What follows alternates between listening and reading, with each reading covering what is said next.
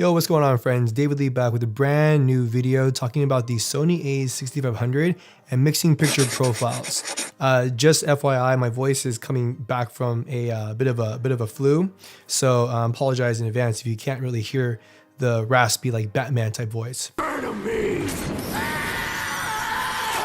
But today in this video, I want to show you guys that it's okay to mix picture profiles. Now, why would you want to mix picture profiles? Now, if you aren't familiar with the picture profiles, Sony has a lot of them built in. The most popular are Cine 2, Cine 4, SLOG 2, and SLOG 3. You've probably also heard that it's best to shoot in a log profile regardless of what camera you're using. Now, that is very true if you're using high-end cinema cameras like a Sony FS7, a Canon C300 Mark II, and using a log profile together with a high dynamic range, you can capture a lot of information in post-production when you're color grading and you're really pushing the grade. Now, the smaller cameras like the A6500, there are options to shoot SLOG 2 and SLOG 3. The reason why is because they're meant to match cameras such as a Sony FS5 or an FS7. But that's not to say that you can't shoot SLOG 2 or SLOG 3 with the smaller form factor cameras. Now, I will say this, from my experience, it takes a lot more work in post-production to create an amazing image with SLOG 2 and SLOG 3. But in my opinion, I have shot so many things on SLOG 2, 3, Cine 4, Cine 2. My preference, if I can, is to shoot SLOG 2 or SLOG 3. I do like Cine 2 a lot over Cine 4. Cine 4 tends to crush the blacks pretty heavily. So let's take a look at an actual commercial I shot that I used a no picture profile for a lot of the indoor scenes, and I used SLOG 3 for the outdoor scenes. All right, so we are in Premiere. We're gonna work with this recent commercial that I shot for a special events venue. They do weddings, anniversaries, things like that. We're gonna work with two clips, one that I use no picture profile for an indoor scene, and one outdoor scene with SLOG 3. So here, this is the venue manager. She's lighting a candle.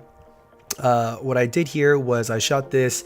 I decided to shoot this with no picture profile. I was very close to the windows, as you can see here, so there was enough light coming through from the sun. It was diffused with the drapes they put in the back, but when I was trying to expose it with SLOG 3, I just felt like I was gonna go, the exposure was just all over the place, so it was gonna be that entire drape in the background would have been extremely blown out, but I would have saved the skin tone and the natural exposure for the venue manager. So instead I dropped down to no picture profile. What I used was dynamic range optimizer 5, and then the contrast was negative 2, saturation -3, and sharpness -3. It was a pretty lower ISO. I think I was either at 640 or possibly 800 between those two, which is perfectly fine for the A6500. So as you can see here, this is a graded with film convert and magic bullet looks, which are what I use for everything. But if I disable looks, this is pretty much what it looks like with just film convert enabled. Basic adjustments, lift, gamma, and gain, some added saturation, and film stock that I used. I used the Fujifilm Eternia, which is one of my favorites. It kind of has this old like 80s summer look to it. But anyways, yeah. So this is it with film convert enabled, and if I disable film convert, this is pretty much what it looks like. So pretty underexposed, but that's okay because no picture profile, you can get away with overexposing a little bit or underexposing a little bit. So I go back and I just re-enable film convert and magic bullet looks. We have this very uplit scene, which is nice because it shows off the drapes, which I was able to save. You can still see the sun beaming through and the lines of the drapes. You can see the venue manager, she's still well exposed. That's her natural skin, and then also the centerpiece of the table here looks pretty good. Some of the shadow detail is a little bit gone, but not really a big deal. You know, there's enough contrast with the white. I think they're white tulips, whatever. Oh, yeah, the flowers here. Okay, so for the next clip, we are outside.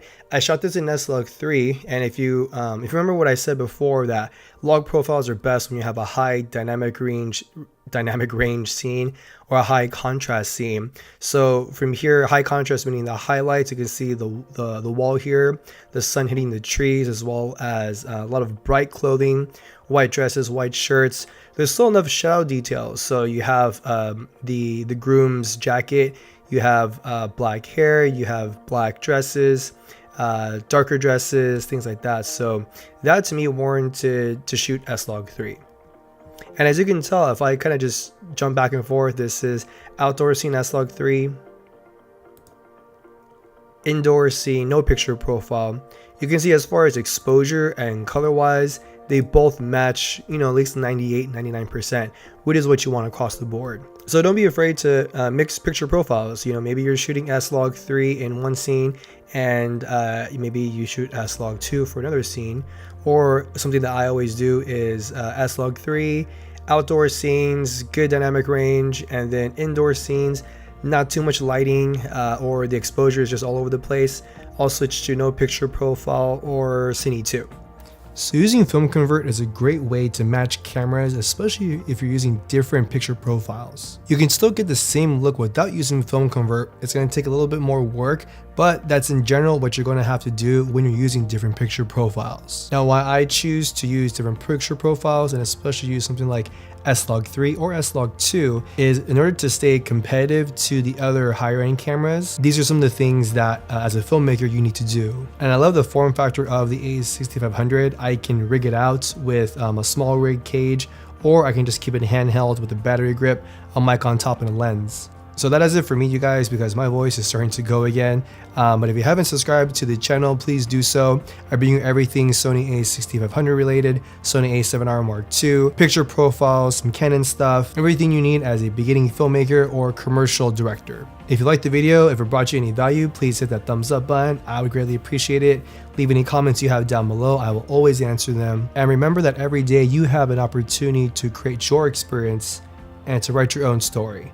My name is David Lee. I'll see you guys in the next video.